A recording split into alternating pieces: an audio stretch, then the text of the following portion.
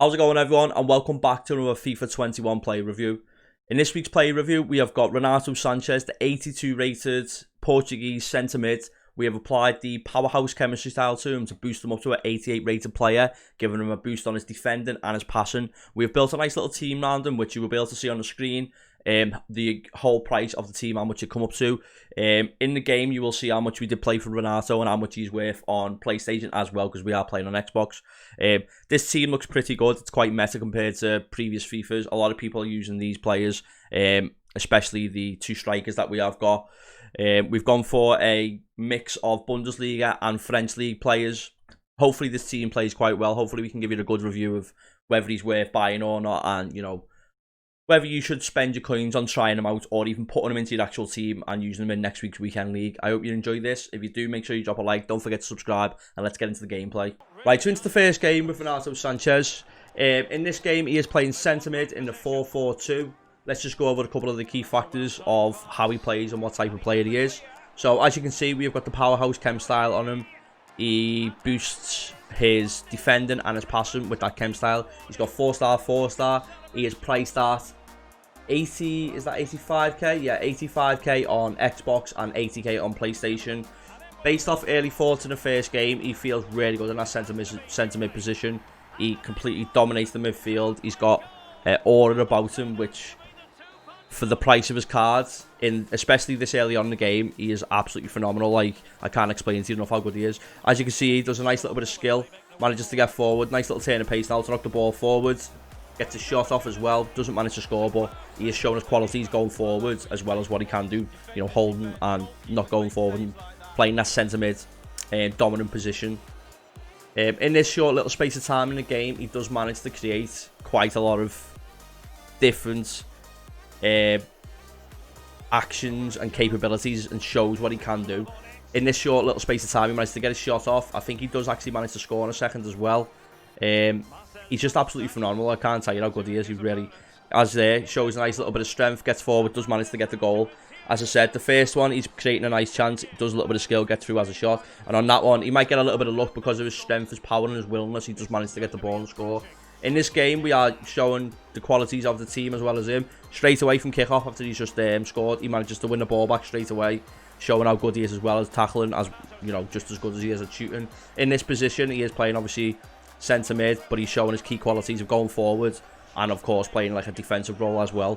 He's got high work rates, which work absolutely perfect for the card that he's got, and I think the fact that you add the high into the everything that he's got in his in-game stats, we'll go into more at the end of the games, it just shows how good of a player he can be in more than one different position.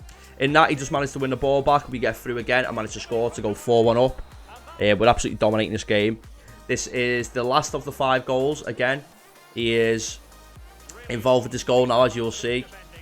We play the ball over to him in the middle. Nice little rainbow flick over the player's head. Lovely little through ball. And there you go.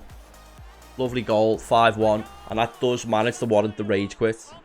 I think that was 72 minutes into the game. We do get a rage quit. But in that centre mid position, he plays absolutely phenomenal. And in that game, for me, he was the best player on the pitch. In the next game, which I'm going to show you now, he is playing in cam. Let's see if there's any difference in his gameplay.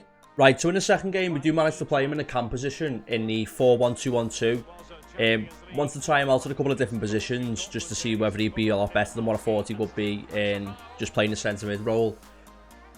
I wasn't really as pleased with him in this position because he didn't really get to the position where I thought he would be. So when you play him in centre mid, he's box to box. Right now, he's doing what he does. He's doing a nice little bit of skills, a couple of dribbling. Does manage to get the pass off, and we don't get the goal, but as you can see, he's playing really well when he does get the ball. The problem was in this game, he just wasn't getting the ball enough because he wasn't in the attacking positions that I wanted him to be in. This time, he does manage to get it because I did play the 1-2 pass where your player runs, so he did get into that position. But when I was going forward, if he hadn't previously had the ball and played a 1-2 pass, he wasn't getting into the cam position at all, so he didn't really seem to be where he needed to be, and that meant that we were missing out a little bit on building up on the attack with the cam and the two strikers. He does show in this game that he is more suited to playing centre mid at the end when you see him track back and make a good tackle. For me, I'd definitely avoid playing him cam. I don't think he's a good enough player to play there if he'll stay there. He's got a high work rate. I think because he's got high defensive work rate, I think that does take away the attacking capabilities that he's got, because he's just not in the positions that you need him to be. He does manage to get the ball in here. We nearly score off the corner. In this game alone, he does get a goal. I think he nearly gets an assist. And he also, obviously, there, he nearly got an assist as well. As you can see now, this is what I'm on about. He tracks all the way back from the cam position. Does manage to close the player down. Doesn't win the ball, but he does manage to track him all the way back and close him down. His turn of pace is really good. This game didn't really go on too long. We scored 1 goal, went into the second half, and he rage quit. But a little brief synopsis of how I thought he was in that position. He can play that position well if he stays forward. If he doesn't stay forward, he's not going to be there in the positions that you need a cam. So for me, I would probably stick to him with the centre mid. But we'll go into more of that in a minute when we get into the in-game stats. Right, so as you can see on the screen here, it's got all the details of how much we paid for him and stuff. So we paid 85k on PlayStation, like I said, does say in the top corner of the screen. He cost 80k, so he's around the 85k mark. He is 5'9", he's got high work rates, which I said obviously work quite well with the centre mid role, but not so much with the cam. He's got 4-star. The base of the card has got 83 pace, 77 shooting, 80 passing, 85 dribbling, 76 defending, and 85 physical. He's right-footed. He's perfect, like I said, to play the centre mid role. He did manage to play 2 games and scored 2 goals and got 1 assist. He got an assist and a goal in the first game, and then obviously the goal in the second game before the guy rage quit. Play details. Let's have a look at his player trait. He's got the flair. He's got technical dribbler. His dribbling stats are insane. We're going to get into that in a minute, but he's really good at dribbling. Long shot taker and speed dribbler. So if he didn't have the high defensive work rate, I think he would be a perfect cam. But because he has got the high work rate, he's better as a centre mid. All them stats there make him basically a boosted up Kante because of his defensive stats, his attacking, and his all-round stats. In my opinion, he's like a boosted up Kante. In his in-game stats, he's got, really good acceleration, good sprint speed. Obviously, we've added the powerhouse on, which has given him a defensive boost and a passing boost. Even without that, he's still got really good stats. He's got stamina is amazing. Jumping's really good for someone that is only 5'9". His dribbling's unreal. His reactions is a tiny little bit lower, but it's still pretty good. His balance is 93. Like, how good is that? He's basically just like never gonna fall over. His agility and ball control is really good. His dribbling is really good. Composure really good. Shot power and long shots really good. Again, that's going to be something that you'll be able to utilise well for someone that plays centre mid. His defensive stats are really good. Defensive awareness, stand tackle, and interceptions. Heading accuracy isn't great, but he's when are you going to really need that? He's not going to be going off for corners and trying to score. He's 5'9". Slide tackle's not great, but I wouldn't advise you to slide tackle on this game anyway. You're better off staying on your feet, trying to jockey your playing and time your tackles quite well. Strength 80 for someone that's 5'9", again amazing. Aggression's really good, and you can see that in game when he's going into challenges. As long as you time him the right, he will do quite well. Attacking position's pretty good. As a full synopsis of what I think about him, I would avoid playing him in the cam position. CDM he may work with, but I think with passing and shooting, like long shots and dribbling that good, I wouldn't really advise you to play him CDM. I would stick to playing him centre mid. In the first game, he did get a match rating of 9.6.